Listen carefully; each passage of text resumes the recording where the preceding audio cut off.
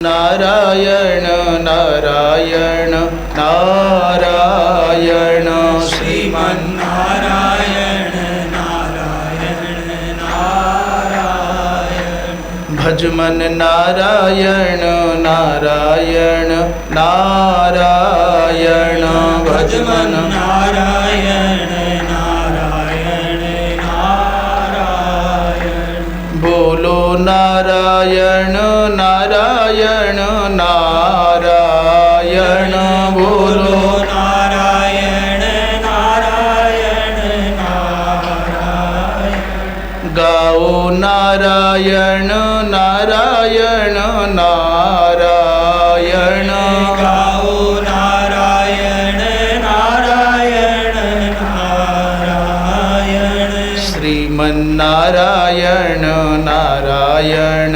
नारायण श्रीमन्नारायण नारायण नारायण बोलिए वृंदावन बिहारी लाल की धर्म की अधर्म का प्राणियों में विश्व का गो हत्या गौ माता की परम पूज्य धर्म सम्राट स्वामी श्री करपात्री जी महाराज की अपने अपने सदगुरुदेव भगवान की श्री वृंदावन बिहारी लाल की हर हर महादेव। सत्संग परिसर में विराजमान संत महानुभाव विद्वज्जन धर्मानुरागी श्रोता बंधुओं,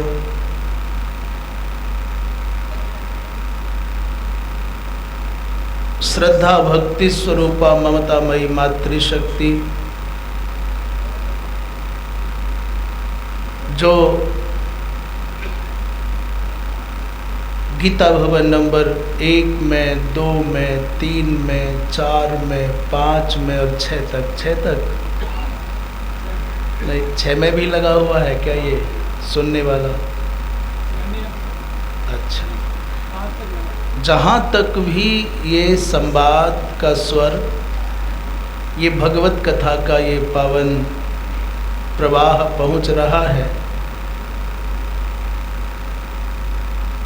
किन्हीं अन्य माध्यमों से जब कभी देर सवेर पहुँचेगा तो आप सबको संबोधित करते हुए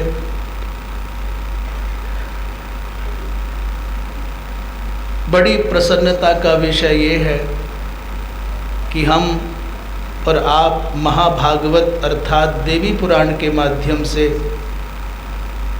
इस पवित्र सनातन प्रवाह में सनातन सिद्धांतों का निरूपण वेदव्यास जी महाराज की मंगलमयी लेखनी ने जिन पुराणों के रूप में किया है, उसके माध्यम से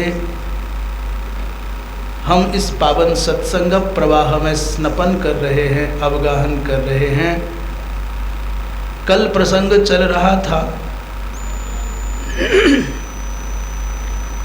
भगवती माँ जगदम्बा वही वास्तव में ब्रह्म सत्ता है, ब्रह्म स्वरूपिणी है। वही शिव रूप में, वही विष्णु रूप में, वही ब्रह्मा रूप में और वही राम कृष्ण इत्यादि के रूप में भिन्न भिन्न मान्यताओं के आधार पर भक्तों की भावना को पूर्ण करने के लिए प्रकट होती है। हम बारंबार इस बात को कहते हैं और यही सनातन धर्म का सार भी है। वैष्णव भाव से जो भगवान की आराधना होती है, वो विष्णुत्वेन हो, चाहे रामत्वेन हो, चाहे कृष्णत्वेन हो और चाहे 24 अवतारों के रूप में भिन्न भिन्न नाम और रूपों के आश्रय से हो, और शैवी भाव से जो उपासना होती है, चाहे हनुमान जी महाराज के रूप में हो, चाहे भैरव जी के रूप में हो और चाहे महादेव के विभिन्न नामों और रूपों के रूप में हो, वो और शक्ति के जितने भी विविध रूप सनातन धर्म की शास्त्रीय धारा में प्रतिपादित हैं, उन सब में, और फिर वो गणपति की उपासना हो, चाहे भगवान सूर्य की उपासना हो, इन सब पंचविध उपासनाओं के मूल एक हैं। उनको चाहे महाविष्णु कहो और चाहे सदाशिव महाशिव कहो और चाहे उनको भगवती महाजगदम्बा कहो। आप कहोगे ये कैसे साहब, कैसे समझ में आएगा? तो शास्त्रों में पदे पदे इसका निरूपण है। श्रीमद् भागवत में प्रारंभ में ही ये वचन आता है कि उस अद्वैत तत्व को बड़े बड़े विद्वानों ने उस एक ही अद्वैत तत्व को क्या कहा? बोले ज्ञानियों ने उसको ब्रह्म कहा है, योगियों ने उसको परमात्मा कहा है और भक्तों ने उसको भगवान कहा है। ब्रह्मेति परमात्मेति भगवान इति शब्दयते। तो चाहे ब्रह्म कहो, चाहे भगवान कहो, चाहे परमात्मा कहो, चाहे ईश्वर कहो, और फिर उससे और विभाजक भाव आते हैं नीचे, राम कृष्ण कहो, शिव कहो, विष्णु कहो, दुर्गा कहो, पर तत्व एक ही है। इसका मतलब सब रूपों में और नामों में एक ही सत्ता अनुस्यूत है। सब में एक का दर्शन करना और एक में ही सबका अंतर्भाव करना, ये सनातन का मूल सिद्धांत है। अभी दृष्टांत से समझें कैसे? बोले जैसे मिट्टी के द्वारा अनेक अनेक प्रकार के पात्र बनाए जाते हैं, घट बनाया जाता है, सुराही बनाई जाती है, सकोरा बनाया जाता है, कुल्हड़ बनाया जाता है, और भी बहुत सारे मिट्टी के। पर नाम और रूप की दृष्टि से, आकार और उपयोगिता की दृष्टि से पात्र भिन्न हैं। उनके नाम अलग अलग हैं, सबके आकार अलग अलग है, रूप अलग अलग है और उपयोगिता भी अलग अलग है। परंतु इन सब में एक बात समान है। क्या? बोले सब मिट्टी हैं।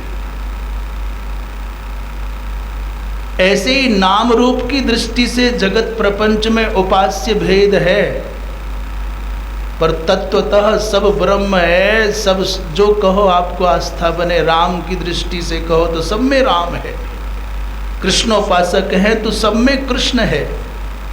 निज प्रभुमय देखहि जगत कहिसन करहि विरोध। चराचर में सब में अपने इष्ट का दर्शन करे, ये मनुष्य जीवन की सार्थकता है। सीय राम में सब जग जानी करहूँ प्रणाम जोर जुग पानी, ये सनातन धर्म का मूल भाव है। इसलिए मन में शंका नहीं करना कि भगवती को प्रधानता क्यों दी जा रही है। वस्तुतः यहाँ शब्द शक्ति के रूप में उस तत्व का निरूपण है, जिस तत्व का आप राम के रूप में आराधन करते हैं अथवा कृष्ण के रूप में आराधन करते हैं। एक अद्भुत बात ये हुई कि इन ब्रह्मा विष्णु महेश को भगवती जगदम्बा ने ही प्रकट किया अपने संकल्प से, और तीनों के तीनों जब भिन्न भिन्न कार्यों के निमित्त नियुक्त कर दिए गए। ब्रह्मा से कहा तुम सृष्टि बनाओ, भगवान विष्णु से कहा तुम रक्षण पालन पोषण करो, और भगवान शंकर से कहा कि जिस जिसका समय पूरा हो जाए उसको स्वस्वरूप में लय करते जाओ। तो तीनों ने कहा भगवती माँ से, भगवती बिना शक्ति के तो कुछ होता नहीं, इसलिए हमारी शक्ति हमको चाहिए। तो तीनों ने भगवती माँ जगदम्बा की आराधना की। आराधना करते समय पूर्णाताम प्रकृतिम लब्धुम पत्नी भावेन संयतः। ब्रह्मा जी अलग साधना कर रहे हैं, विष्णु जी अलग ध्यानस्थ होकर के साधना कर रहे हैं, और भगवान शंकर भिन्न स्थान पर साधना कर रहे हैं। हरिहराजयी तपसा सा भार्यत्वे भार्यात्वेन लब्धा। तो जब ब्रह्मा जी के सम्मुख भगवती माँ जगदम्बा एक रूप धारण करके प्रकट हुई, तो डर के मारे ब्रह्मा जी महाराज उस दिव्य तेज को सह ना पाए, देख ना पाए, तो उन्होंने घूम करके मुख दूसरी ओर कर लिया। परंतु देखा कि यहाँ से हटे तो उधर भी भगवती 2 रूप हो गए। चारों दिशाओं में भयाक्रांत होने के कारण ताम दृष्ट्वा भय संत्रस्तो ब्रह्मा भूत द्विमुखस्तदा। ब्रह्मा जी महाराज भगवती के उस दिव्य तेजस्विता को देख करके भयाक्रांत हो गए। एवं चापी चतुर्दिक्षु चतुर्वारम समागमत। भगवती माँ जगदम्बा उनके चारों ओर घूमी, इसलिए ब्रह्मा जी को 4 मुख हो गए। और जब शरणागत हो गए ब्रह्मा जी, प्रार्थना की, माँ मेरी सामर्थ्य नहीं, आपकी इस दिव्य प्रभा को, कांति को, तेजस्विता को सहन करने में मेरी सामर्थ्य नहीं, मुझे मेरी सामर्थ्य के अनुरूप कोई शक्ति प्रदान करें। तब भगवती ने अपने अंशांश से वाणी अर्थात जिनको सरस्वती कहते हैं वो शक्ति प्रदान कर दी।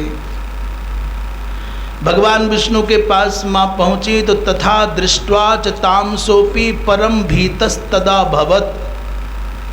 भगवान विष्णु भी भयाक्रांत हो गए भगवती के दिव्य तेज को देख करके, और सहसा सहस्र शीर्ष पुरुष सहस्राक्ष सहस्रपात। महाराज 1 सहस्र भुजा वाले, 1 सहस्र मुख वाले, 1 सहस्रों सहस्रों पैरों वाले भगवान विष्णु भयाक्रांत होकर के जल मां विशद क्षीर सागर में छिप गए। भगवती ने कहा, नारायण तुमको तो शक्ति की अपेक्षा थी, आवश्यकता थी क्या? बोले माँ तुम्हारा तेज सहन करने की सामर्थ्य हम में नहीं। तब भगवती माँ जगदम्बिका ने उनको अपने अंशांश से लक्ष्मी के रूप में एक शक्ति प्रदान की। पर जब भगवान शंकर के पास में पहुंची माँ, तो भगवान शंकर ने नेत्र ही नहीं खोले। अभी डरेगा कब? सोया व्यक्ति तो नहीं डर सकता ना, अथवा नेत्र बंद करके ध्यानावस्थित व्यक्ति क्यों भयभीत होगा? अपने से पृथक किसी की प्रतीति हो तब तो डर लगे, अपने से अलावा कोई दूसरा है तो डर लगेगा। भयम द्वितीयाभिनिवेशत स्यात्, डर लगता है कोई दूसरा है। कुछ गलत हो गया क्या? कोई दूसरा होना चाहिए, क्योंकि अकेले में डर लगता है, भाई चलो हमारे साथ। अकेले जंगल के रास्ते से जाना है, अंधेरे कक्ष में सोना है, तो 2 होंगे तो डर नहीं लगेगा। पर ये करें नहीं, डर लगता है 2 होने से। उल्टी बात हो गई ना, विरोधाभासी बात हो गई। भाई अकेले जाने में डर लगता है, 2 होने चाहिए। निडर होने के लिए 2 की मांग कर रहा है मनुष्य, परंतु शास्त्र कहता है कि डर होता ही दूसरे से है। अकेले हो तो किससे डरोगे? कौन है डराने वाला जब तुम्हारे सिवा, तुम्हारे अतिरिक्त कोई है ही नहीं। जल में, थल में, 10 दिशाओं में कहीं भी तुम्हारे अतिरिक्त दूसरा कोई है ही नहीं, तो कौन डरे और किस से डरे?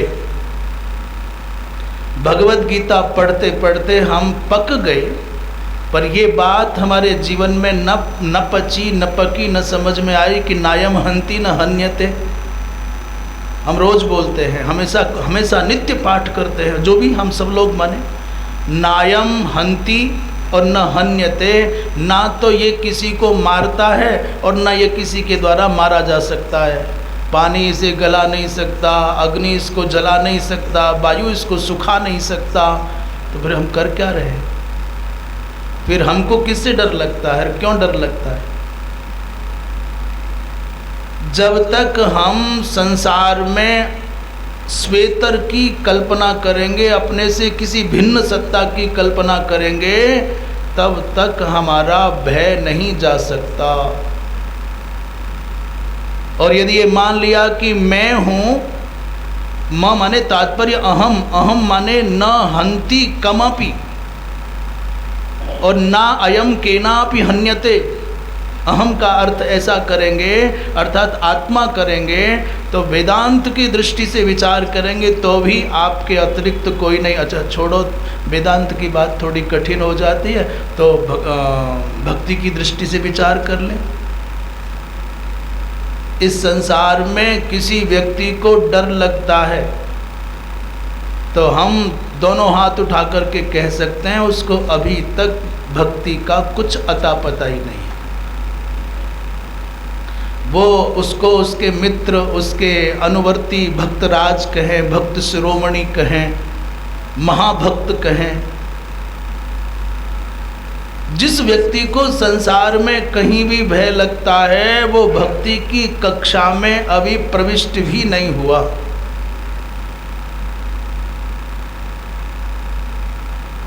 यदि भय है तो तुमको भगवान की प्रतीति नहीं, भगवान की अनुभूति नहीं, और भगवान की भगवान का आपको विश्वास ही नहीं। और यदि भगवान का विश्वास है, भगवान की भक्ति आपके चित्त में है, भगवान की प्रतीति अनुभूति है, तो फिर भय की क्या सामर्थ्य है कि भगवान की भक्ति माने प्रकाश और भय माने अंधेरा। जैसे सूर्य के प्रकाश के सम्मुख अंधकार नहीं टिक सकता, वैसे ही भगवान की भक्ति जिस चित्त में होगी वहाँ भय कभी नहीं हो सकता। प्रहलाद जी महाराज के चित्त में भगवान की भक्ति है, इसलिए न उनको पानी से डर लगता है, न शस्त्र से डर लगता है, न विष से डर लगता है, न नागों से डर लगता है, और न ही हाथियों से डर लगता है। भय और भक्ति का दोनों का कोई संबंध नहीं, भय और भक्ति का कोई संबंध नहीं। तुमको भगवान के अनुग्रह पर विश्वास है, सर्वत्र भगवान की सत्ता को मानते हो, भगवान को सर्वव्यापक मानते हो, भगवान को सर्वसमर्थ मानते हो, तो फिर किससे डर है वह? और क्षमा करना, सबसे पहले दैवी संपत्ति का निरूपण करते समय 16वें अध्याय में भगवान कहते हैं अभयम। बाकी सब बाद की बातें हैं। सबसे पहली जो सीढ़ी है, सोपान है, सबसे बड़ी उपलब्धि अभय होना है। और धर्म की सबसे पहली सीढ़ी है धैर्य होना, धृति होना। जिस व्यक्ति के जीवन में अभयत्व नहीं है, जिस व्यक्ति के जीवन में धैर्य नहीं है, वो न धार्मिक है न वो भक्त है। और ये बातें इसलिए नहीं कह रहे कि दूसरे के ऊपर पैमाना लगा करके देखने लग जाओ कि तुम भक्त हो कि नहीं, तुम धार्मिक हो कि नहीं। शास्त्र किसी और के लिए उपदेश नहीं देते, शास्त्र मेरे लिए बोल रहे हैं। ये कथा किसके लिए है? मेरे लिए। बोलो किसके लिए है? बस मेरे लिए। बस माने बस मेरे लिए। ये जो वक्ता है, ये वक्ता भी ये सोच करके बोले कि ये वचन, ये प्रवचन, ये उपदेश, ये सब मेरे लिए है। जैसे गंगा का अवतरण भगीरथ जी महाराज के द्वारा हुआ अपने पितरों के उद्धार के लिए, पर इसमें तो कोटि कोटि जनों का उद्धार हो रहा है।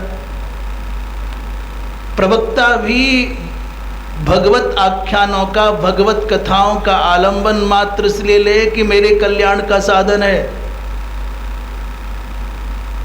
अब इस बहती हुई गंगा में फिर चाहे एक व्यक्ति तरे, चाहे लाख व्यक्ति तरे, मुझको क्या, और ना तरे तो मुझको क्या, मैं तो तर जाऊं। इसलिए वक्ता पहला श्रोता होता है। वक्ता इसलिए दो गुना लाभ पाता है क्योंकि वो सुनता भी है और सुनाता भी है। और वक्ता के जीवन में प्रमाद होने की संभावना, आलस्य होने की संभावना कम रहती है। और श्रोता के जीवन में यदि आलस्य ना आए, प्रमाद ना आए और निष्ठा से सुने, तो वो भी सुनाने के योग्य हो जाए। क्योंकि जो अच्छा श्रोता नहीं हो सकता, वो कभी अच्छा वक्ता नहीं हो सकता। भगवान शंकर के सम्मुख जब भगवती आई तो ध्यान निवारणे समर्थाभून महेशस्य कदाचिदपि सा स्वयं न च ध्यान निवारणे सक्तः। भगवती माँ जगदम्बा की तेजस्विता से भगवान शंकर का ध्यान भंग नहीं हुआ। भगवान शंकर को ज्ञान के द्वारा, विज्ञान के द्वारा प्राप्त हो गया। ज्ञात्वा विज्ञान मात्रेण, वो समझ गए कि जगदम्बिका प्रचंड रूप में है, भीम रूपा है, और ये परीक्षा के लिए आई है। इसलिए भगवान शंकर समाधि की और गहराई में चले गए। जब भगवान शंकर को उद्विग्नता न हुई, पलायन न हुआ, तो माता जगदम्बिका अत्यंत प्रसन्न होकर के उनसे कहा कि अब मैं मूल रूप में आपके सन्निधि में रहूंगी। इसलिए भगवान विष्णु के साथ में अंशांशेन, ब्रह्मा जी के साथ में भी अंशांशेन, अंशेन भूत्वा सावित्री, माने अंश रूप से सावित्री बन करके ब्रह्मा जी के साथ, और अंश रूप से लक्ष्मी बन करके भगवान विष्णु के साथ, परंतु भगवान शंकर के साथ बोले स्वयं प्रकृति रुत्तमा। स्वयं माने भगवती जगदम्बा ने भगवान शंकर का वर्ण कर लिया। बोलिए वृंदावन बिहारी लाल की। अब ब्रह्मा जी महाराज को माता का निर्देश प्राप्त हो गया तो सृष्टि आरंभ हुई। मरीचि प्रभृति, मरीचि, अत्रि, पुलह, क्रतु, अंगिरा, वशिष्ठ जी, नारद, भृगु, पुलस्त्य और प्रचेता इत्यादि 10 पुत्रों को, 10 ऋषियों को ब्रह्मा जी महाराज ने अपने मानस संकल्प से प्रकट किया। अच्छा, गीता भवन में एक बात, अभी ये सत्संग परिसर में एक बात देखने में विशेष आती है कि यहाँ अधिकतर बड़े लोग आते हैं। अब मैं बूढ़ा तो नहीं कहना चाहता ना, बड़े कह करके मन को हल्का कर लो, तुम भी और हम भी। बड़े लोग आते हैं, ये बड़े लोगों की सभा है। न सा सभा यत्र न संति वृद्धा। अच्छा, फिर क्या है? इतना आराम से बैठ कर के जब 4 नंबर में सुनाई जा सकता है, 1 नंबर में सुनाई जा सकता है, तो कौन वहाँ से यहाँ तक चल के आए? ये भी तो असुविधा ही है। पर मैं तो निवेदन करूँ, आप जहाँ बैठे हो ना, आंख बंद करके आप ऐसा समझ करके सुनो कि जैसे बिल्कुल सामने बैठे हो। पर एक बात अवश्य कहेंगे, ये सब कुछ आपको अपने घर के किसी कक्ष के किसी बिस्तर पर बैठे बैठे भी सुनने को मिल सकता है। पर ये बात माननी ही होगी, जो परमाणु सत्संग के यहाँ बैठ करके आनंद देंगे, वो सुख वहाँ नहीं मिलेगा। न जाने इन श्रद्धा से भरे हुए, आस्था से भरे हुए, भावों से भरे हुए श्रोताओं के समूह से किसी के शरीर का जो ऑरा है, आभा मंडल है, वो न जाने कब आपको कितनी मात्रा में उपकृत कर जाएगा, पता ही नहीं चलेगा।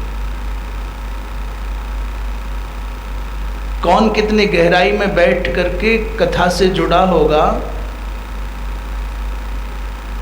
और उसकी कक्षा के अंदर हम बैठे होंगे तो कितना लाभ हमको हो जाएगा, उसका कोई परिमाप नहीं है।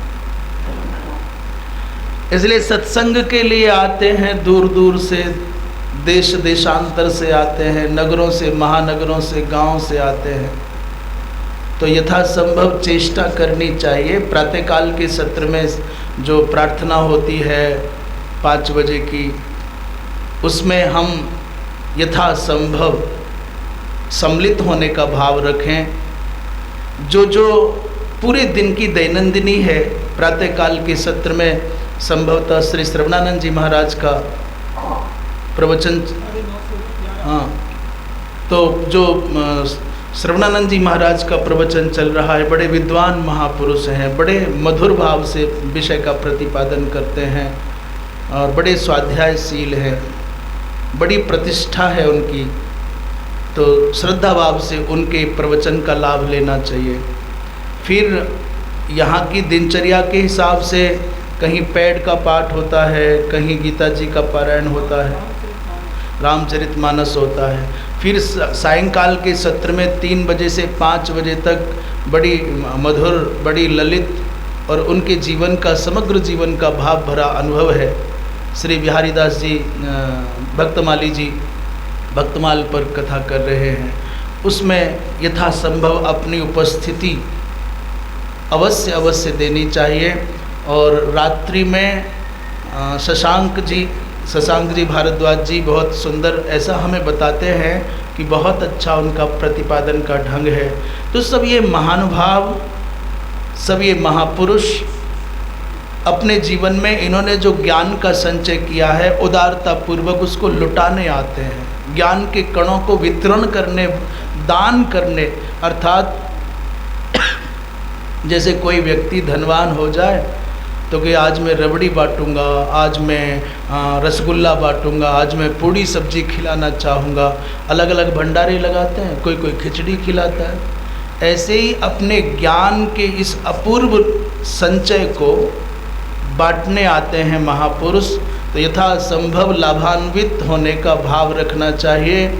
सोते खाते पीते घूमते टहलते तो जीवन जा ही रहा है। उस जाते हुए जीवन में थोड़ा सा बस ये जागृति आ जाए और जो सुना जाए उसको समझा जाए, मनन किया जाए, आचरण में उतारा जाए, तब जीवन सार्थक होगा। वृंदावन बिहारी लाल की। अच्छा, यज्ञोपवीत वाले पर्चा दिया आपने? पर्चा लिख के दो। उसके बाद ब्रह्मा जी महाराज ने अपने दक्षिण भाग से मनु जी महाराज को और वाम भाग से मैया शतरूपा को प्रकट किया। मनु और शतरूपा की आप जानते हैं 3 कन्याएं, जगत प्रसिद्ध 3 कन्याएं। पहली है माता आकुति, दूसरी है देवहूति और तीसरी है प्रसूति। आकुतिर देवहूतिश्च प्रसूतिश्चैक कन्यकाः चैव कन्यकाः। और 2 पुत्र हुए, प्रियव्रत और उत्तानपाद। आकुति का विवाह रुचि प्रजापति के साथ हुआ और मध्यमा माने देवहूति का विवाह देवहूति का विवाह करदम जी महाराज के साथ हुआ। और तीसरी कन्या जिनका नाम था प्रसूति, उनका विवाह दक्ष प्रजापति के संग हुआ।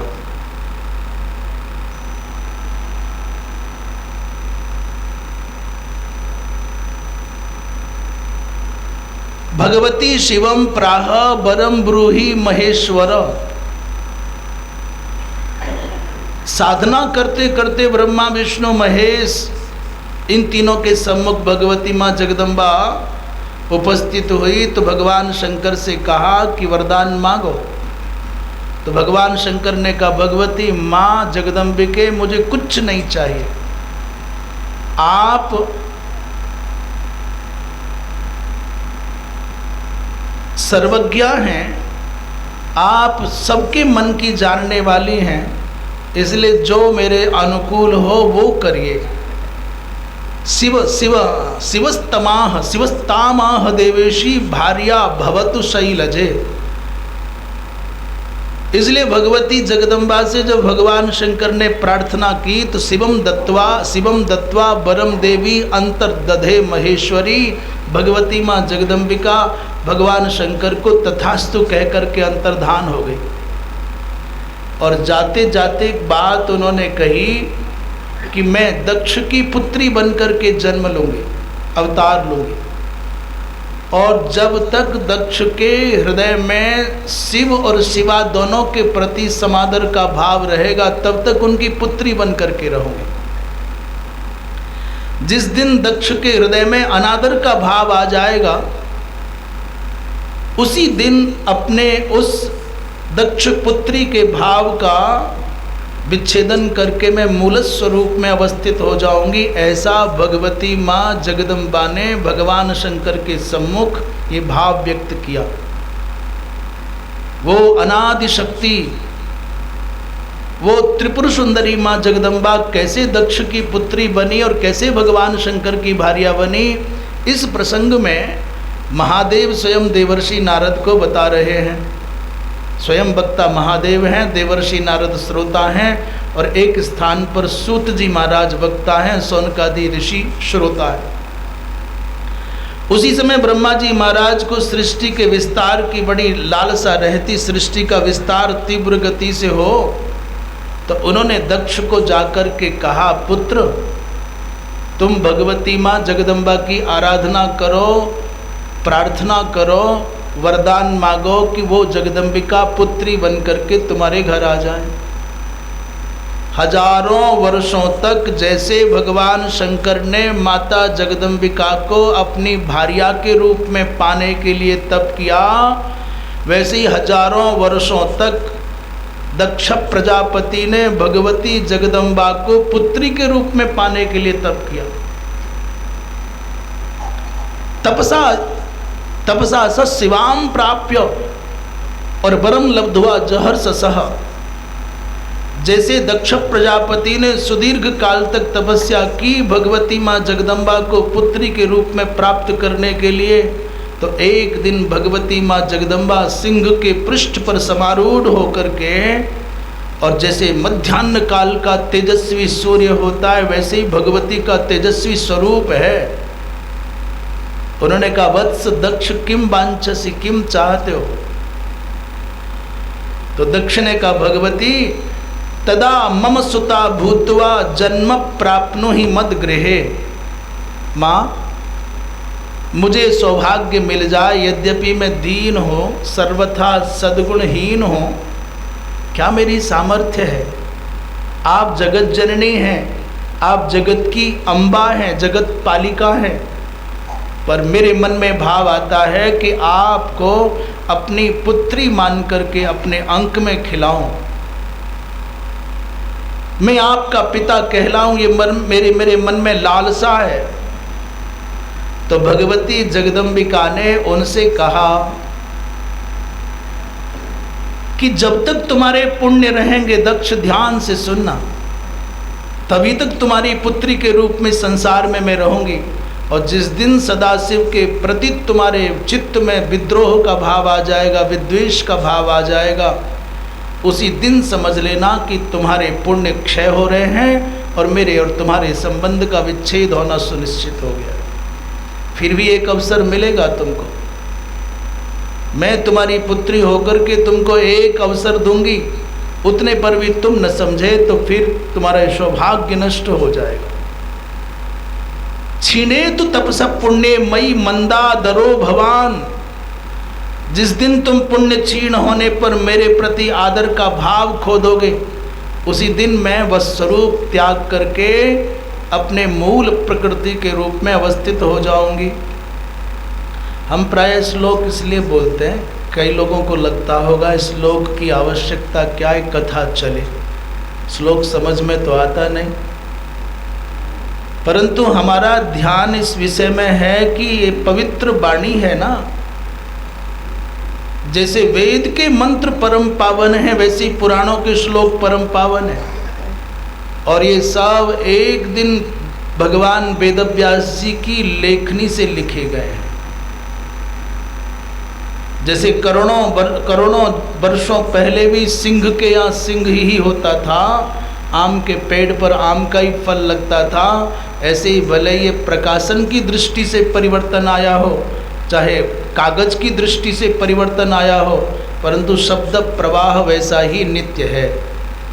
तो भगवान वेदव्यास की मंगलमयी रचनाएं आपके कानों के रास्ते से आपके हृदय में जाएं, ये वाणी संस्कृत वाणी है और ये आपके हृदय का संस्कार कर सके, आपके जीवन में दिव्यता का आधान कर सके, इसलिए मात्र श्लोकों का उच्चारण करते हैं।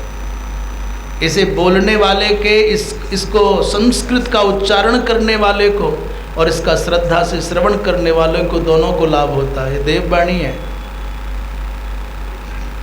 महाराज, जिस समय भगवती माँ प्रसूति अर्थात प्रसूति दक्ष की पत्नी बड़ी श्रद्धा के साथ भगवती माँ जगदम्बिका को पुत्री के रूप में पाने के लिए तपस्या करती थी।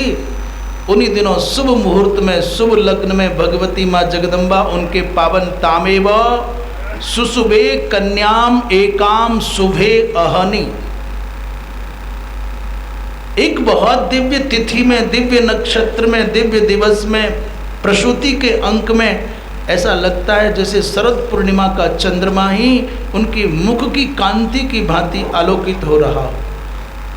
ऐसी विलक्षण कन्या को जन्म दिया प्रसूति ने, अर्थात दक्ष के यहाँ भगवती का प्रादुर्भाव हुआ। बोलिए जगदम्बा मैया की। दक्ष प्रजापति ने शुभ दिवस में नाम रखा सती, अर्थात दक्ष की पुत्री का नाम सती। 10वें अहनि बंधु भी भाई बंधुओं को बुला करके वैदिक विधान के अनुसार अपनी कन्या का नामकरण संस्कार किया। आजकल तो जन्म लेने से पहले ही नाम धर दिया जाता है फिक्स। हाँ, बड़े आश्चर्य की बात है, धार्मिक लोगों में भी मनमानीपन देखा जा रहा है। और बड़े दुर्भाग्य की बात यह है कि बड़े बड़े धार्मिक परिवारों में, परंपरागत परिवारों में, सनातनी परिवारों में 12 दिन से पहले ही अंतिम संस्कार के भोजन भाजन हो जाते हैं। करे 5वें दिन कर लिया कि 7वें दिन कर लिया। यदि हमारे बोलने से आपके हृदय में ये भाव स्थिर होता हो तो परिस्थितियां चाहे जैसी हों, परंतु 10 दिन से पहले तो किसी भी हालात में मृतक से संबंधित कोई संस्कार होना ही नहीं चाहिए। और कोई किसी और परंपरा, समाज और परिवार के चक्कर में पड़ कर के करता हो तो भले व्यक्ति को 10 दिन से पहले उनके घर का पानी की एक बूंद भी नहीं पीनी चाहिए। अरे आपकी गीता प्रेस से इतना प्रचुर साहित्य प्रकाशित हुआ है, अंत्येष्टि प्रकाश है, श्राद्ध प्रकाश है, षोडश संस्कार प्रकाश एक ग्रंथ है। प्रायः सब कार्य अपने धर्मशास्त्रों की मर्यादा में ही करना चाहिए, मनमाना नहीं करना चाहिए। 10 दिन से पहले नामकरण संस्कार होना ही नहीं चाहिए, हो ही नहीं सकता। भगवती मां सती का नाम भी दक्ष प्रजापति ने 10वें अहनि, 10वें दिन किया। एक दिन दक्ष प्रजापति थोड़े कन्या बड़ी होने लगी तो पिता को चिंता होती है। दक्ष प्रजापति ने विचार किया मैं किसके साथ विवाह करूं। यद्यपि सब जानते थे, परंतु दक्ष प्रजापति के मन में भगवान शंकर के प्रति कोई बहुत गहरी श्रद्धा का भाव नहीं है शुरू से। उसका कारण है शमशान में रहना, भूत प्रेतों के संग रहना, चिता की भस्म लगा लेना। तो कहते ऐसे तो सब ठीक है, परंतु रहना सहना ठीक नहीं है। पर्ची लिख दी। समय हुआ तो स्वयंवर की प्रथा के अनुसार दक्ष प्रजापति ने देवताओं को बुलाया, ऋषियों को बुलाया, गंधर्वों को बुलाया, सबको बुलाया, पर भगवान शंकर को निमंत्रण नहीं दिया। अभी यज्ञ की चर्चा नहीं हो रही। माता सती का विवाह भी ऐसे नहीं हुआ, बड़े विघ्न आए। दक्ष प्रजापति ने अपनी सुंदरी सद्गुण संपन्ना कन्या सती का विवाह करने के लिए सबको बुलाया, केवल भगवान शंकर को निमंत्रण नहीं दिया। शिव शून्याम सभाम कृत्वा, और ये घोषणा कर दी नहीं, शूली शिव को नहीं बुलाना है। जब माता सती स्वयंवर में आई और सब देवताओं को सजे धजे बैठा हुआ देख रही, ऋषि महर्षि बैठे हैं, गंधर्व किन्नर यक्ष बैठे हैं, पर भोलेनाथ नहीं है। लगी स्वयंवर की सभा बर पर नहीं दिखात। बोले बारात तो आ गई, भोलेनाथ नहीं, माने बर नहीं है। लगी स्वयंवर की सभा बर पर नहीं दिखात, और तभी धरा पर प्रकृति ने धरी माल शिवगात। माता सती ने देखा कि जिनके साथ विवाह होना है, जिनको जन्म जन्मांतर से मैंने स्वयं तपस्या करके प्राप्त करने की चाह रखी है, वो महादेव नहीं है, तो फिर किसी और के कंठ में जयमाला डालने का कोई अर्थ नहीं है। ऐसा सोच करके नेत्र बंद किए, भगवान शिव का ध्यान किया और माता सती ने भूमि पर वो माला चढ़ा दी, धरती पर ही। उसी समय भगवान शंकर अंतरिक्ष में प्रकट हुए और ये माला यहाँ धरती से उठी और भोलेनाथ के गले में पहुंच गई। क्या कहा? शिवाय नमः उच्चार्य मालाम भूमौ समर्पयत। माता सती ने जो माला भूमि पर चढ़ाई, उस समय मंत्र बोला शिवाय नमः। शिवाय नमः उच्चार्य मालाम भूमौ समर्पयत सत्या दत्तांच ताम मालाम दधार शीर्षा हरः। भगवती सती ने वो माला शिवाय नमः कह करके धरती पर अर्पित की और वो भोलेनाथ के गले में पहुंच गई। आविर्भूय ततस्थाना दिव्य रूप धरस्तदा। भगवान शंकर प्रकट हो गए और तस्मई सती ददौ मालाम तेन दक्ष प्रजापति। पर गजब ये हो गया कि पूरी सभा प्रसन्न हो गई। भगवान शंकर का माता सती का विवाह हो गया, दक्ष का चेहरा उतर गया। दक्ष के मुख की कांति मलिन हो गई। तस्याम मंदादर किंचित बभूव मुनिपुंगव। हे मुनिपुंगव, हे नारद, उसी समय दक्ष के मन में जो भगवान शंकर के प्रति थोड़ा बहुत उपेक्षा का भाव था, वो और मजबूत हो गया। अरे तो जालसाज है, ये तो जादूगर है, बाजीगर है, इसने तो मेरी भोली कन्या को ठग लिया। कहाँ सती और कहाँ शंकर। भागवत जी में आता है कि भागवत जी में दक्ष कहता है मेरी कन्या कैसी, बोले मृगलोचनी। और ये कैसे, बोले मरकट लोचन। मरकट लोचन का मतलब समझते हो? बंदर के जैसी आंख वाला शंकर। कहाँ मेरी सर्वांग सुंदरी मृगलोचनी पवित्र कन्या और कहाँ शमशान में रहने वाला अपवित्र शंकर। ये तो मरकट लोचन है। ब्रह्मा जी महाराज ने कहा, रे दक्ष, तू नहीं जानता शंकर के महत्व को, और सती को तू पुत्री मान बैठा है अज्ञान के कारण। अभी बात मान मेरी, महादेव को बुला सम्मान पूर्वक और विधि पूर्वक अपनी कन्या का विवाह उनके संग कर दे।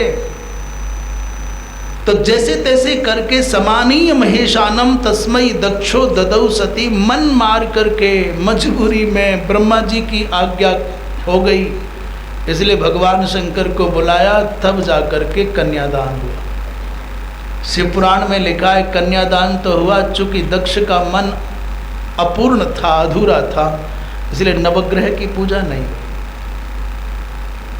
ये शिव पुराण में चर्चा आती है। आप ऐसा मत समझना कि नवग्रह की पूजा अभी होने लग गई है, और ऐसा भी मत समझना कि गणेश जी की पूजा भगवान शंकर के विवाह के समय नहीं हुई। नहीं, तब भी हुई।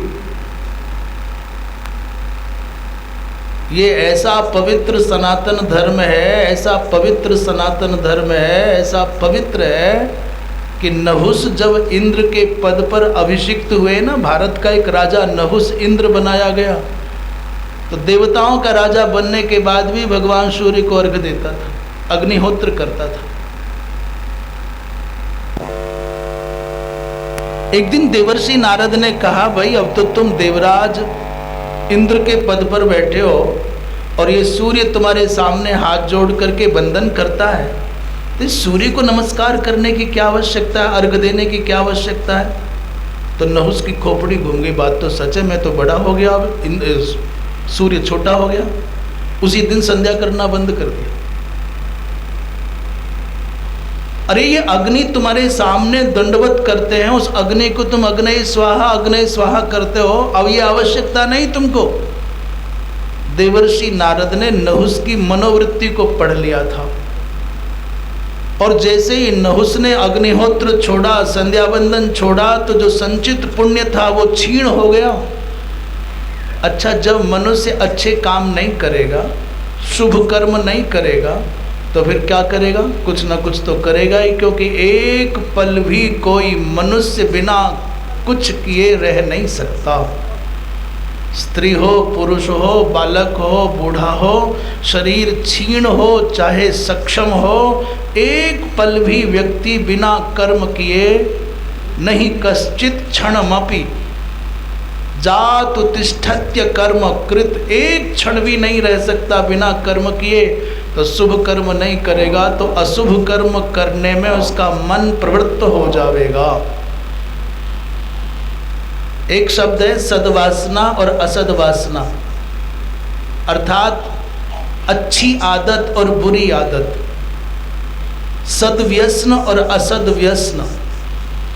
यदि आप चाहते हो कि आप बुरी आदतों में ना गिरो तो कोई अच्छी आदत लगाओ। सवेरे 4 बजे जग करके गंगा नहाओ, घूमने जाओ, और इतनी देर तक माला जपो, इतनी देर तक ग्रंथ पढ़ो, इतनी देर तक सत्संग करो।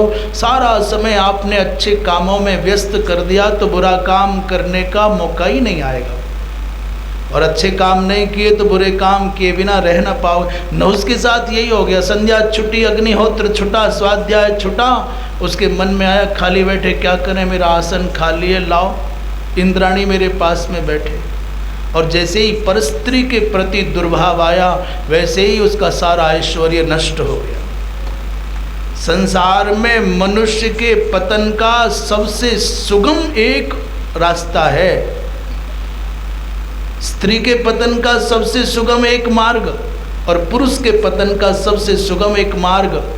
पुरुष पराई स्त्री में दुर्भाव रखने लग जाए, कुछ करने की आवश्यकता नहीं, उसी पल उसका अस्तित्व नष्ट होने लग जाएगा।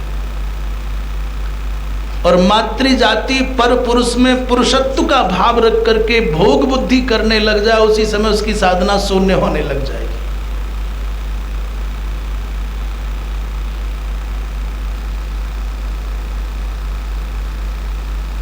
महाराज,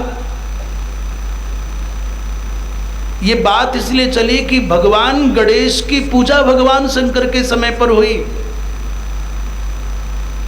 इंद्र भी 100 यज्ञ करने के बाद शतक्रतु होता है, तब स्वर्ग का राजा बनता है। और लोग कहते हैं बिना कुछ किए कुछ हो जाएगा। बाबा, रोटी खाने के लिए भी अन्न उगाना पड़ता है, उसको सींचना पड़ता है, पकने की प्रतीक्षा करनी पड़ती है, रखाना पड़ता है, काट करके घर लाना पड़ता है, साफ करना पड़ता है, पिसवाया जाता है, आटा पानी में आटा लगाया जाता है, आग पर सेका जाता है, तब जाकर के पेट में रोटी जाती है। कौन सा ऐसा कार्य है जो बिना कुछ किए संपन्न हो जाएगा? आज तक दुनिया में किसी ने भी ऊंचाइयाँ छुई हैं, उन्नतियाँ की हैं, चाहे इस लोक की चाहे परलोक की, बिना भगवान के भजन के, बिना आध्यात्मिकता के दुनिया में किसी ने उन्नति नहीं पाई।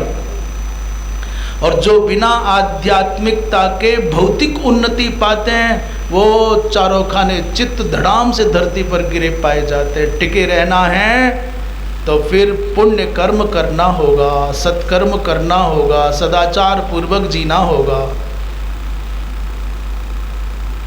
भगवान शंकर के इस विवाह में नवग्रह की पूजा नहीं हुई, तो अगले बार माता पार्वती के रूप में जब जगदम्बा आई, उन्होंने कहा भगवान अब के बार विधि पूर्वक विवाह होना चाहिए। पिछले बार नवग्रह की पूजा नहीं हुई थी, भगवान शंकर ने कहा जो कहोगे वही करेंगे। परंतु दक्ष के चित्त में उन्माद है, उसने सती को भी बड़े अभद्र शब्दों से तिरस्कृत किया कि तुमने इस मूर्ख को, जड़ को, जंगली को, शमशानवासी को क्यों चुना? चेतसा अभीक्ष विश्वेशम जटा भस्म विभूषितम। पूछा किसी ने, भाई शंकर जी से इतना तेरे मन में विद्वेष क्यों है? बोले रहनी सहनी ठीक नहीं है। देखो ना, क्या विवाह के दिन भी भस्म लगा के आया। जब भगवान शंकर के साथ भगवान शंकर से द्रोह करने लगा तो दिव्य ज्ञानम समभवत विलुप्तम मुनि पुंगव, उसका दिव्य ज्ञान विलुप्त होने। जब कोई व्यक्ति संत महापुरुष से अकारण द्रोह करने लग जाए, भजन करने वाले भगवत भक्त से अकारण द्रोह करने लग जाए, तो आप देखना उसकी आकृति, उसका आचरण, उसका चिंतन, उसकी चर्चाएं, वो पागल के जैसा दिखता है, प्रेताक्रांत जैसा दिखाई देता है। जब कोई व्यक्ति भगवान का भजन करने वाले से द्रोह करने लग जाए तो आप देखना, मैं आपको प्रमाण दूं, प्रेताक्रांत लगेगा, जैसे भूताक्रांत हो, इसमें भूत प्रेत घुस गए। उसकी भाषा, उसका भोजन, उसका रोना धोना प्रेताक्रांत जैसा लगे। भगवान शंकर की निंदा करता और सती के वियोग में रोता, सती आज मुझको छोड़ करके मेरी इच्छा के बिना शंकर का वर्ण करके चली गई। जब रो रहा था तब दधीची नाम के एक महापुरुष महर्षि हैं, उन्होंने कहा, रे दक्ष, इतना पढ़ा लिखा, इतना कर्मकांड की विधा का मर्मज्ञ, तू जानता नहीं कि सती कौन है, शंकर कौन है? मोह के कारण जो आंसू गिराते हो, ये तुम्हारी पुत्री बनकर के जो आई है, ये आद्या शक्ति, परम शक्ति है, ये जगदम्बिका है। और देवादिदेव महादेव को तुम जानते नहीं हो क्या? दक्ष ने कहा, महाराज, यदि ये परम पुरुष है शंकर, तो प्रेत भूमि प्रिय, ये शमशान में क्यों रहता है? बात क्या हो गई, ब्रह्मा जी महाराज ने जब रुद्र गणों को प्रकट किया तो रुद्र गणों की संख्या थी अधिक और उनके जीने का ढंग अलग था। तो ब्रह्मा जी महाराज ने अपने पुत्र दक्ष से कहा कि इनको थोड़ा रहना सहना सिखाओ, इन पर नियंत्रण करो। उसी समय से दक्ष के मन में रुद्र गणों के प्रति, माने शिव जी के प्रति, यह भाव था कि ये क्या है, कुछ भी नहीं, मैं तो इनका नायक रह चुका हूं, मैं तो इनसे बड़ा हूं, इनसे अधिक पढ़ा हूं। दक्ष कहता है, भगवान, मेरी समझ में ये नहीं आता कि त्रिलोचन, तीन नेत्र वाला कितना भद्दा लगता है। भिक्षुको भस्म लिप्तांगो भवेद बापि कथम मुने, ये भीख मांग के क्यों खाता है? विश्वेश्वर है तो, यदि विश्वंभर है, विश्व का भरण पोषण करने वाले हैं, तो भिक्षा मांगते क्यों हैं? तब दधीची जी महाराज ने कहा कि ये भिक्षुर भगवान शंभु रीतिते दुर्मति कदम, अरे दक्ष, तू भगवान शंकर को भिक्षुक मानता है, जबकि ये नहीं समझता कि भिक्षा मांगने के ब्याज से भोलेनाथ उन जीवों को धन्य करने के लिए जाते हैं। जिन जिन के द्वार पर भोलेनाथ ने भिक्षा मांगी, भिक्षा मांगने नहीं जाते। इनके लिए तो चाहे शमशान हो, चाहे दिव्य रम्य पुर हो, सब समान है। ब्रह्मलोक और विष्णुलोक दोनों के दोनों कैलाश के सामने कुछ भी महत्व नहीं रखते। जब दधीची ने समझाया तो सही, पर बात पूरी तरह बात नहीं बनी। तीन लोक में दक्ष सुन नर नारी जो होए, और शंभु सती ही भासते अपर नहीं जग कोय। दधीची ने कहा, दक्ष ध्यान से सुन, इस संसार में जितने स्त्री पुरुष हैं वो सब शंभु और सती ही हैं, इसके सिवा कोई नहीं। यदि न मानेगा अबुध और मेरी सीधी बात, यदि तेरी समझ में मेरी बात नहीं आती तो फिर समझ ले, बाल नौच नित रोएगा और ताप होए पश्चात। मेरी बात तू स्वीकार नहीं करेगा तो बाद में तुझको पछताना पड़ेगा, अपने बाल नोचने पड़ेंगे, रोना पड़ेगा। दधीची जी महाराज ऐसा समझा करके गए, पर दक्ष का भाव स्थिर नहीं हुआ। क्यों? बोले, मूर्ख हृदय न चेत, विज्ञेन केनापि जनेन यद्यसौ प्रशक्यते ज्ञापयितुम कुधीर जनः। इस मूर्ख को कौन समझाए? नहीं माना। अंत में जब भगवान शंकर और माता सती का विधि पूर्वक विवाह संपन्न हुआ और भोलेनाथ हिमालय पहुँचे, उस समय गणेश्वर के रूप में नंदी जी महाराज को भगवान शंकर ने अपना पार्षद बनाया और एक अध्याय में लगभग भगवान शंकर के और माता सती के एकांतिक लीलाओं का वर्णन है। नया नया विवाह हुआ, एकांत है, तो कहीं भगवान शंकर पुष्प चयन करके लाते हैं, माता सती के गले में माला पहनाते हैं, आदि का आदि। तुलसीदास जी महाराज ने कहा कि जगत मातु पितु शंभु भवानी।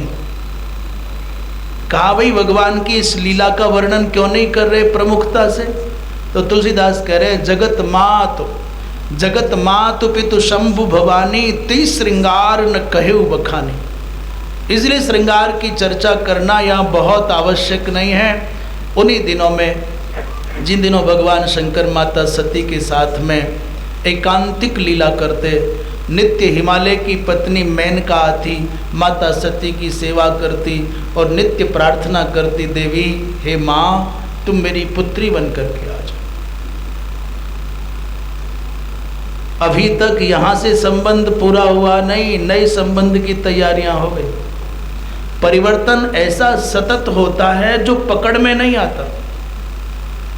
माता मेनका नित्य भगवती सती की पुत्री भाव से पूजा करती, प्रार्थना करती, मेरी पुत्री बन करके आ जाओ। ये दक्ष की वृत्ति ठीक नहीं है। और वर्षों वर्षों माता मेनका ने अष्टमी के व्रत किए। व्रतम चकार चारभ्य महाष्टम्याम उपोषिता। उसके बाद एक दिन भगवती जगदम्बा ने वरदान दे दिया कि माँ चिंता ना करो, यथा समय तुमको भी मातृत्व सुख प्रदान करने के लिए आऊंगी। एक कहे शिव पाप रूप है। कौन? दक्ष कह रहा है। एक कहे शिव पाप रूप है, अधम भ्रष्ट व्यभिचारी है। भगवान शंकर को कह रहा है दक्ष के ये तो भ्रष्ट है, व्यभिचारी है, अधम है। और एक मने मेनका क्या कह रही है? बोले एक कहे शिव सती शांत शुभ जगत बंद्य उपकारी है। शंकर जी और सती दोनों एक ही हैं, पर दक्ष को उनमें पाप दिखाई देता है, शाप दिखाई देता है, ताप दिखाई देता है। पर मेनका को क्या दिख रहा है? मेनका कहती मेरी पुत्री बन जाओ, मेरे जामाता बन जाओ। बस दृष्टि को बदलने की आवश्यकता है, सृष्टि को बदलने की आवश्यकता नहीं है। सृष्टि तो जैसी है वैसी ही रहनी है। और हम जीवन भर प्रयत्न करते हैं दुनिया को बदलने की, और बदलने की आवश्यकता अपने मन को, अपने देखने के ढंग को। यदि आपका दृष्टिकोण बदल गया, अर्थात दृष्टि बदल गई, तो सारी सृष्टि आपको अपने आप बदली हुई दिखाई देगी। सत्संग यही कार्य करता है। सत्संग सृष्टि नहीं बदलता, सत्संग आपकी दृष्टि बदलता है, देखने का ढंग बदल देता है। पहले बहुत बारीकी से दूसरों के दोष देखते हो, सत्संग सुनते सुनते भाव बन जाता है क्या करना दूसरे के दोष देखने से, मन बदल गया और बात बन गई। लंकिनी एक ही पल में इतनी जल्दी बदल जाएगी, कोई कल्पना नहीं कर सकता। हनुमान जी में एक संत में चोर देखती थी, वो भी लंकिनी थी, और मुक्का पड़ते ही, सत्संग होते ही, संत का स्पर्श पाते ही पिताजी दिखाई देने लग गए, वो भी लंकिनी ही है। सत्संग आपकी दृष्टि बदलता है, सृष्टि को नहीं बदलता। न सागर का खारापन बदला, न रावण की लंका के राक्षस बदले, और हनुमान जी के संबंध से, संपर्क से लंकिनी की दृष्टि बदल गई। शेष चर्चा हम मन की अपनी निजी कल्पना मित्र शत्रु रचता रहता है। मन है, किसी को मित्र किसी को शत्रु मानता है, पर कल्पित भावों का भार लिए पा सत्य यही है बस कहता। बस अपनी भाव, अपनी बात को हठपूर्वक, दृढ़तापूर्वक रखता है। इसलिए भैया मन की कल्पनाओं से ऊपर उठें, सत्य के दर्शन के अधिकारी बने। उसी समय दक्ष के मन में इतना व्यग्रता थी भगवान शंकर को लेकर। एक दिन राख के ढेर में छिपी हुई चिंगारी को देवर्षि नारद ने हवा दे दी, फूंक मार दी। देवर्षि नारद अचानक आए दक्ष के यहाँ। अच्छा कुछ 5 मिनट ज़्यादा हो रहा है, हो सकता है हो जाए 5 मिनट? ना 6:30 तक तो नहीं जाएंगे, बात पूरी कर रहे हैं। बोली वृंदावन बिहारी लाल की जयकारा थोड़े धीरे धीरे लगाओ, सच्चिदानंद है, वही नज़र लग गई तो मुश्किल हो जाएगी। बोलिए वृंदावन बिहारी लाल की जय। क्या देवर्षि नारद ने क्या किया, दक्ष का जल्दी से घड़ा भर जाए, इसको समझाने से समझता नहीं है।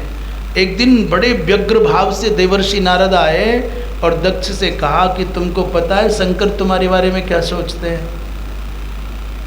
तो जब आप कितने भी भूखे प्यासे और व्यस्त हों, जब आपको पता चले तुम्हारे विरोधी की कोई गुप्त सूचना आ रही है, तुम 100 काम छोड़ के बताओ क्या है, जरूर बताओ क्या योजना है। तो नारद जी ने कहा कि अपने गणों से शंकर ने कहा है कि दक्ष के नगर में हड्डियों की बरसात करनी है, शमशान की सारी भस्म उठा करके उसके नगर में बरसात करनी है, पूरे के पूरे दक्ष के नगर को नष्ट करना है।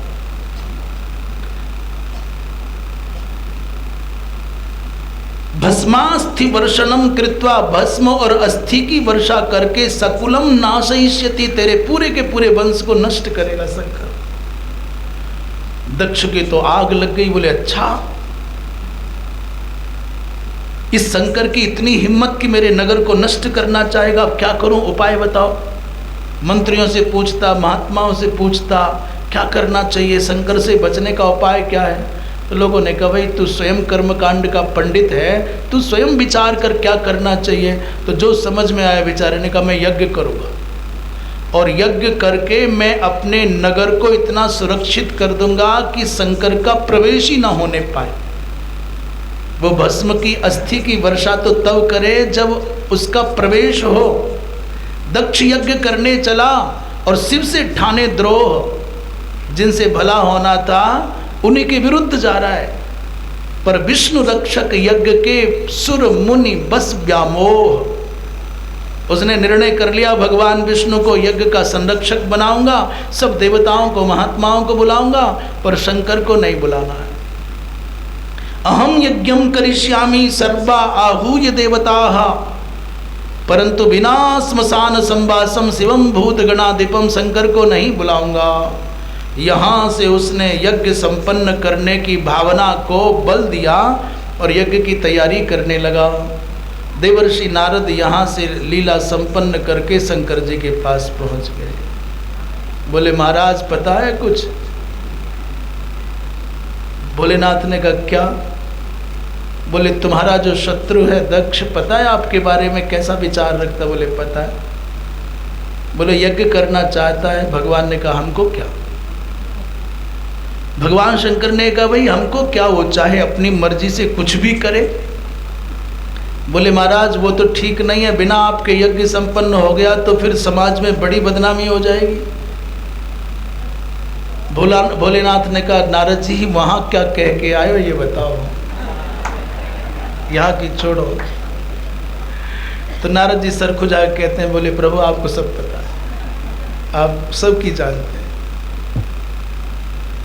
तो दक्ष प्रजापति यज्ञ की तैयारी कर रहे हैं और हम उनको तैयारी करने दें, कल यज्ञ का दर्शन करेंगे। आज एक सूचना है और सूचना ये है, यज्ञोपवीत संस्कार का कार्यक्रम साक्षात्कार एवं मुंडन 27 मई 2025 और अभी तक हमने सुना है 500 से अधिक संख्या लगभग हो गई है और हमारे संज्ञान में संभवतः पहली बार इतनी संख्या हो रही है और हम अपने संज्ञान की बात कर रहे हैं। 150 तक तो हमने, 250 तक तो लगभग देखे ही देखे, 150 तक तो पक्का देखे।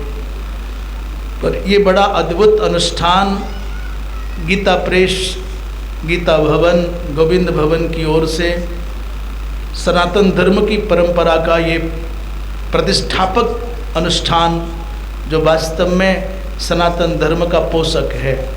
यज्ञोपवीत संस्कार माने सनातन धर्म के सैद्धांतिक कक्षा में प्रवेश। 27 मई को साक्षात्कार एवं मुंडन की एक, अरे वाह वाह, बीकानेरों 600 मुकेशी लेके आवे। अच्छा, 10वीं स्नान और संस्कार 28 मई को होना है। यज्ञोपवीत संस्कार 29 मई को होना है। यज्ञोपवीत धारण का क्या महत्व है और नहीं धारण करने से क्या हानि, अभी आज सूचना दे दें कि 27 मई को साक्षात्कार एवं मुंडन है, 28 मई को 10वीं स्नान है और 29 मई को यज्ञोपवीत संस्कार है। शेष जो इस प्रश्न का दूसरा पक्ष है कि धारण करने का क्या महत्व है और धारण न करने का क्या हानि है, इसकी चर्चा कल करेंगे। आज यही वक्तव्य को विराम। श्रीमन्नारायण नारायण नारायण, श्रीमन्नारायण